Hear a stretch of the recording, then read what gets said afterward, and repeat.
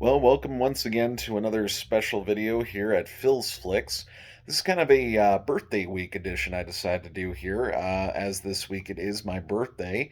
I'm going to be turning 40 on Thursday, July 20th. I have to admit it's something I never thought I'd actually be fortunate enough to see happen. I know that may sound a little bit dark, but I always had this kind of odd fear, I guess, about turning 40. I felt like, anytime you turn 40, it's like, all this youth is kind of now a thing of the past in your life. And I mean, it can be a good thing, I think. Now looking back, it's not so bad, getting older.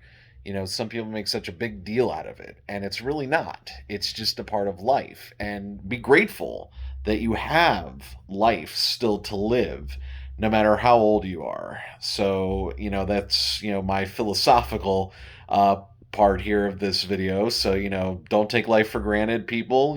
Just enjoy every year that you have, no matter what. So, what I've been enjoying lately is a bunch of new movies. So, I wanted to show you what I've accumulated in just the last couple weeks, and there's more to come, believe it or not. I know that's probably no surprise to those of you who know me very well, but I'm gonna show off to you some the new items that I have put in my movie collection. So, let's check them out.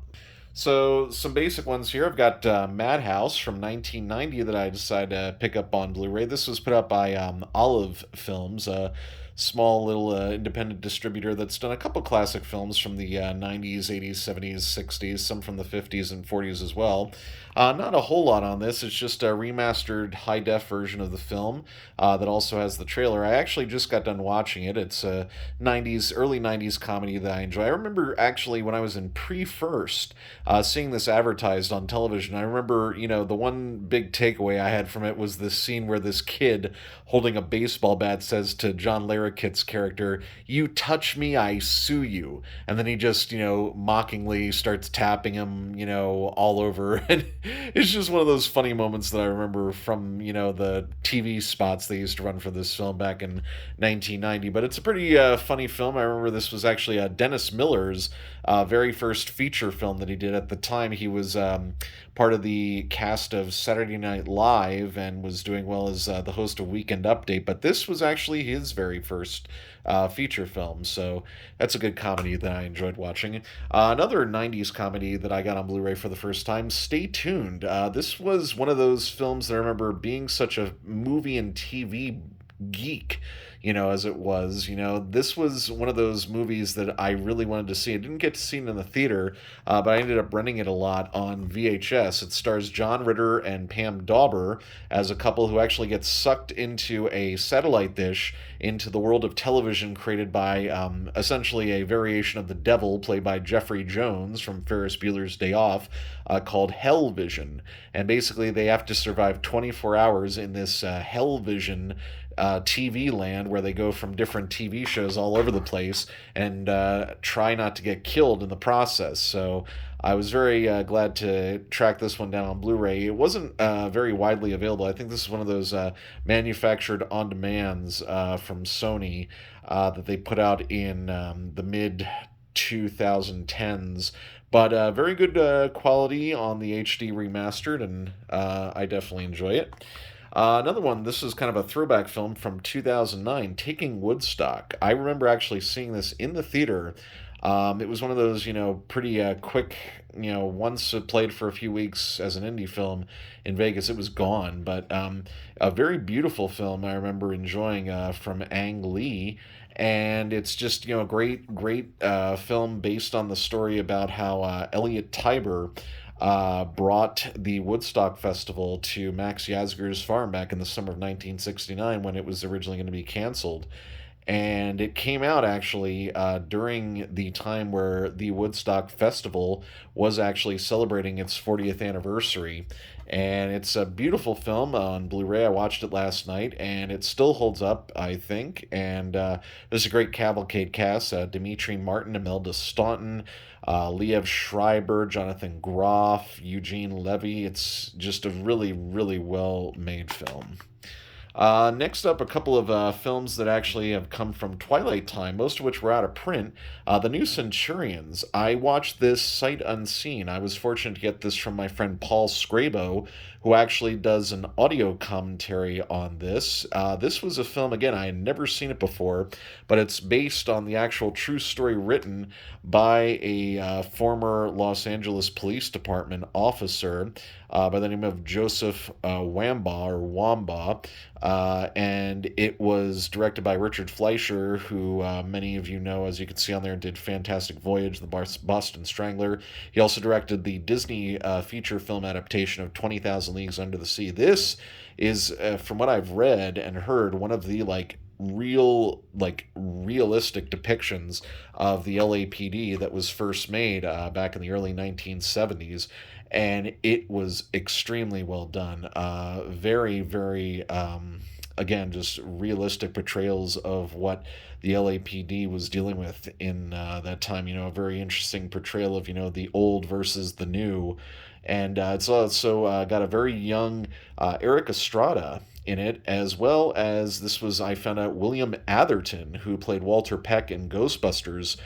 This was his first film as well, but George C. Scott and Stacy Keach, they are the headliners in this, and that was a really good film. I have not listened to the commentary yet.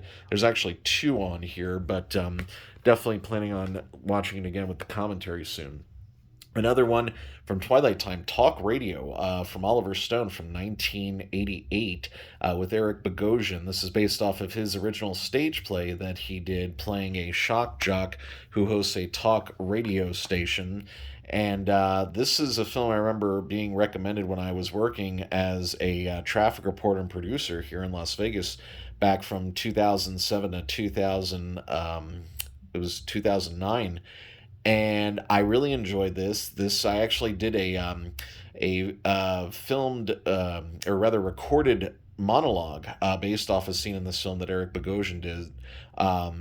And I still have it up on my YouTube channel if you want to check that out. And this is definitely one of a different variety of dark comedies, you might say, that was done by Oliver Stone. I know 1 year later he did Born on the 4th of July, but this film, Talk Radio, is an underrated title in his catalog. Definitely recommend it if you have a chance to check it out. Again, it's basically just one night as shown in the life of this man, radio DJ who hosts a talk radio show, Barry Champlain, played by Eric Bogosian. Good film, Talk Radio. Another one from Twilight Time, Next Stop Greenwich Village, from Paul Mazursky. This is a very, very good film depicting early bohemian theater world of Greenwich Village in New York City. Basically, the story of a young Jewish man who decides to live in New York City during the late 1950s, and he moves away from Brooklyn to the Village, basically, and you see how he copes with life out there along with his parents. A lot of up-and-comers in this film. The headliner in this one, I don't know too much about him. I don't think he did too much after this, but the headliner is Lenny Baker. His parents, rather his mom, is played by Shelley Winters. Also in this film are Ellen Green, also Lois Smith, and a very young Christopher Walken. Also, a blink and you'll miss it, really, appearance by Bill Murray, believe it or not, just before he actually got on Saturday Night Live, if you can believe that. So this is a very nice film. If you're a theater kid, who always grew up wanting to act, and, you're very big on the arts, this is right up your alley. Highly recommend this one. Next Stop, Greenwich Village. Another one recommended from the world of theater, American Buffalo. This is a David Mamet play adapted into a feature from the mid-90s with Dustin Hoffman and Dennis Franz. My buddy Jeff is also a big fan of this film, and this is another one that not many people know about. Most people nowadays, when they think of David Mamet, they almost immediately go to Glengarry Glen Ross. But believe me, David Mamet has done such a wealth of material for the stage that has been adapted into feature films, and this is one of the best. I place it as a good double feature, really, with Glengarry Glen Ross. So, definitely recommend that one. American Buffalo, really good one. Moving into Criterion now. I've gotten a couple of new Criterion films added. First and foremost, Targets. This is Peter Bogdanovich's very first feature film from 1968 with Boris Karloff, and it was Karloff's final feature film that he did. This was a film that I remember when I was really into Peter Bogdanovich, and I still am for that matter. I could not find this film anywhere, and I think back when I was still using Netflix for DVD deliveries, they had a copy of it that I finally managed to watch, and I was just in awe. The um, the camera work done in this film, the sound work, and when you listen to Bogdanovich's commentary on this, he recorded it for the original DVD that came out from Paramount back in around 2002, I believe, or 2003. It is fascinating. The stories that Peter tells about what he did to make this film, along with his then wife at the time, Polly Platt, who wrote the story with him, it is just so amazing to listen to. Bogdanovich, I really miss that guy. He is one of my all-time favorite directors. I wish he had been able to do more commentaries for some of his feature films, and Targets, being released finally on Blu-ray through Criterion. Originally, BFI was going to release this overseas in the UK, and it canceled that release about a year ago. And only about a month later did Criterion announce that they were putting it. And this is a very well put together Blu-ray, very good liner notes written on it as well, plus a new interview on here with Bogdanovich fan Richard Linklater, the director of Dazed and Confused and Slacker. He offers some really good critique on what he thought of Targets and what he thought of Bogdanovich overall. So next, I'm hoping, fingers crossed, because I've put it in email to them year after year after year, Criterion, please, please put out a Blu-ray or even a 4K restoration of Peter's Paper Moon. The fans are begging you, please, and I am one of the big ones. Please put out Paper Moon next. Another one, underrated comedy, but many will remember Eating Raoul from Paul Bartel from the early 80s. Paul Bartel and Mary Warnoff star in this together as a couple that decides, in order to try and make money to open their own restaurant, they decide to start killing perverts. So every time a pervert comes to their apartment hoping to have sex with one of them, they end up getting whacked by a frying pan and getting murdered, and they collect money from the victims' wallets. So what better way to finance your restaurant than by inviting perverts into your home and then killing them and taking their money? This is just a hilarious underground comedy, and I absolutely love the work of Paul Bartel, him and Mary Warnoff. I'm a person who grew up watching a lot of Roger Corman's films, and they were pretty much always showing up in Roger Corman films. So anytime there's a movie that's got Paul Bartel and or Mary Warnoff, oh yeah, I'm watching it and I'm enjoying it. Very glad to have that in my collection now.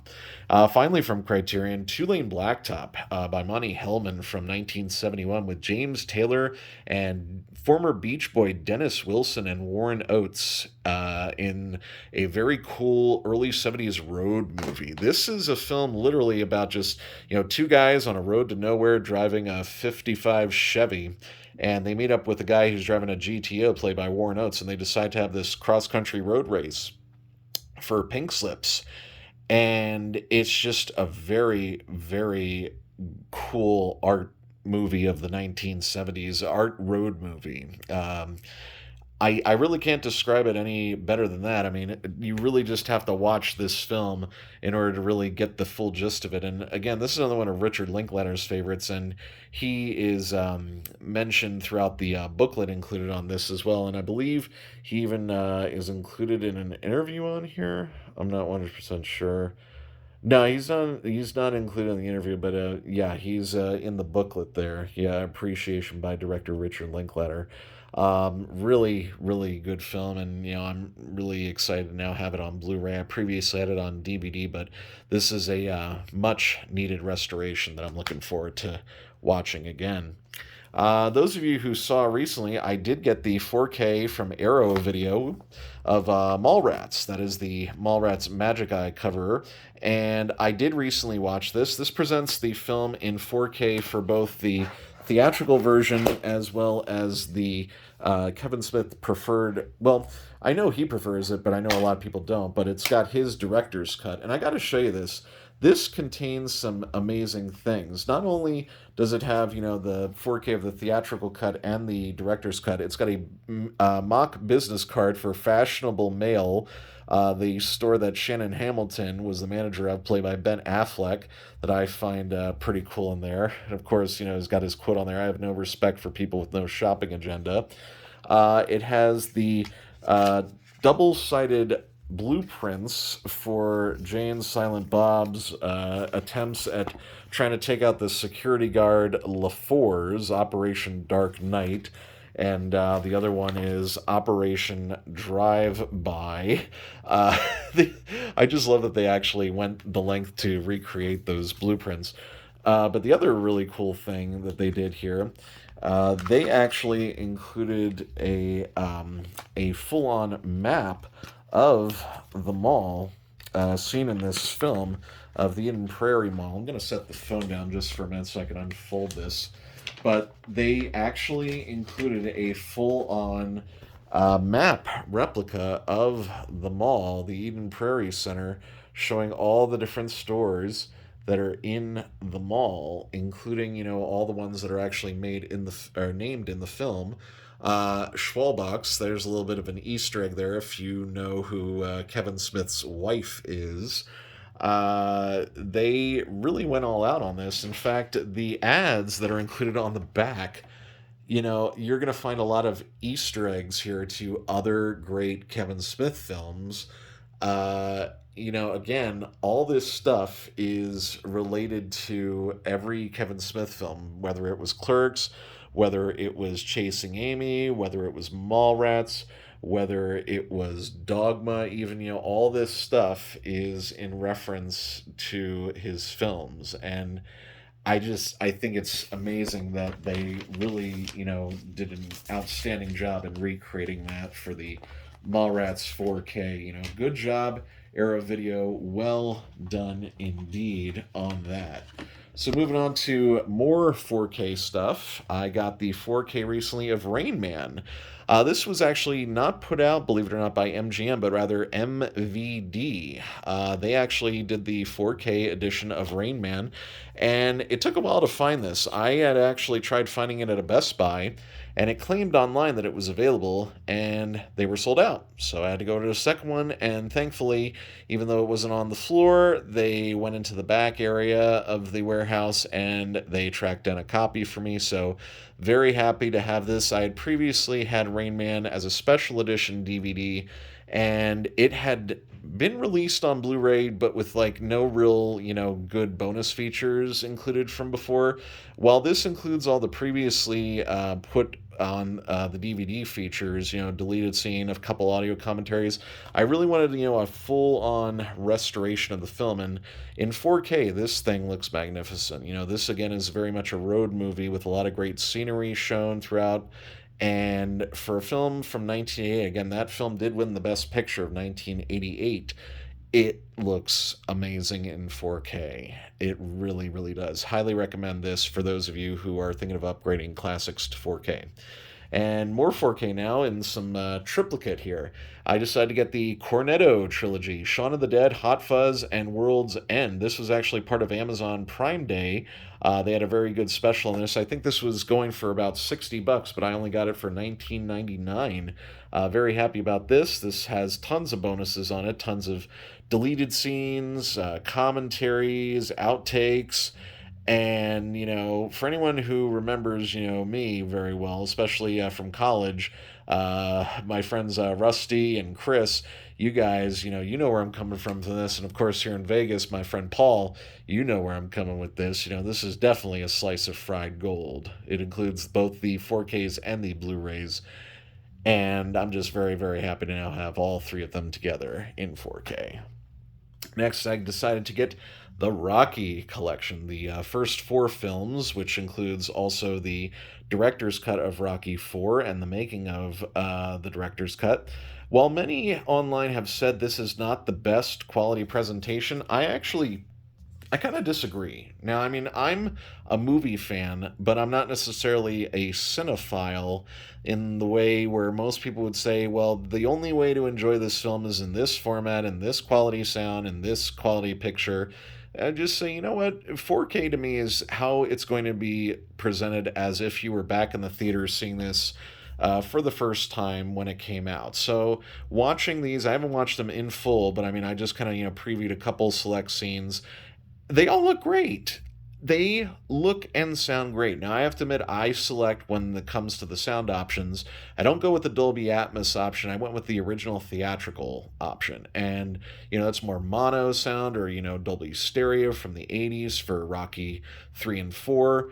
And it sounds and looks wonderful. Naysayers aside, I'm very happy with this purchase, and now, of course, I'm just waiting for Stallone. According to what I've been hearing and reading, he is currently working on his preferred director's cut versions of both Rocky 5 and Rocky Balboa for 4K, which hopefully will be out within the next year or so. Fingers crossed on that one.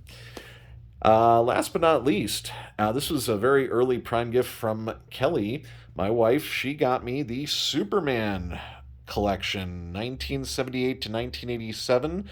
This is Superman the movie, Superman 2, Richard Donner's cut of Superman 2, Superman 3, and Superman 4, The Quest for Peace, all presented in a wonderful 4K box set here.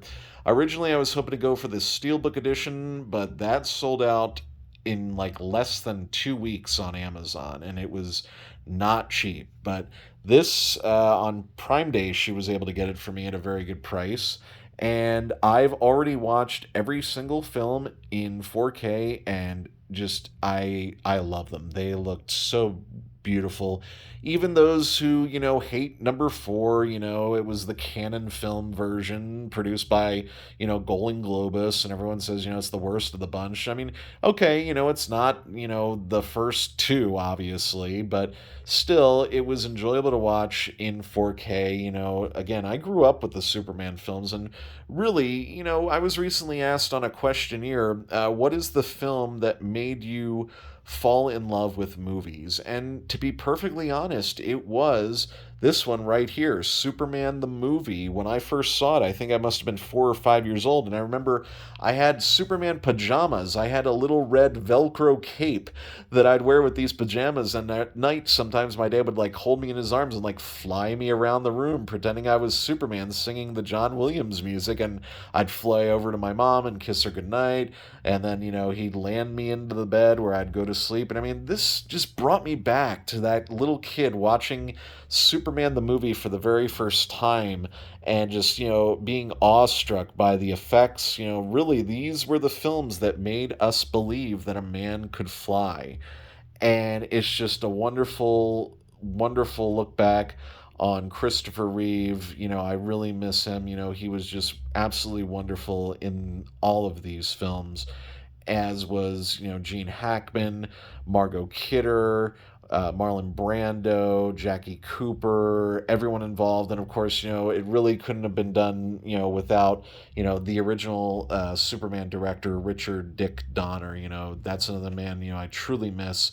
He was truly an incredible, incredible director. So that is a box set that I will definitely be cherishing for as long as I can. So if you have the chance, I highly recommend picking it up. The Superman 5 film collection, 1978 to 1987 in 4K. Just a few last things here, different department now with books. I recently managed to get an original copy of the paperback of the Carl Reiner book Enter Laughing. This was actually one of Carl Reiner's, I believe, first feature films that he had adapted from this book. And I watched it only once. I need to rewatch it again, but I would definitely, I wanted to read the book, and it was not easy to come by, but I managed to find a guy selling a used paperback copy on eBay, I think for just about 15 bucks. Got very lucky on this because this is not an easy book to find, and I did enjoy the fact that the seller sent it to me in a plastic baggie, to keep it safe. Because I mean, it's in pretty good condition, I have to say. The pages have gone red, but still, this paperback is in pretty decent condition for its age. I'm very much looking forward to reading it here. And the other book I got recently on suggestion from Alan Spencer, who I follow on both Facebook and Instagram, the Marty Feldman biography. Marty Feldman, the biography of a comedy legend. He highly recommended that I get this book to learn a lot more about the life of Marty Feldman and what you don't hear in stories told by people like Mel Brooks or John Cleese and others who have worked with him. So this looks to be a former library book actually from Ketchum, Idaho, but it's in very good condition. I was very happy to get this recently off of eBay, I think it was. So definitely plan on reading that shortly. So that is all. This is what I've accumulated recently, and again, there's going to be a lot more. With this being my birthday month, I did splurge on a couple things that I really wanted to get, both movie wise and book wise. But I hope you have been enjoying these little videos off of the Phil's Flix channel that I do for YouTube. A little bit different than the normal commentaries that I've done or recreations of stuff from Gene Shepard. Hopefully, again, gonna get that back into the works, in the next couple weeks or months. We'll see, just depending on how my schedule is. But yeah, just love to share with you what I've gotten recently. So I hope you've enjoyed this little video here. And next time you see me, I will be 40. 40 years old. Who'd have thought? Anyway, thank you so much for watching. See you soon.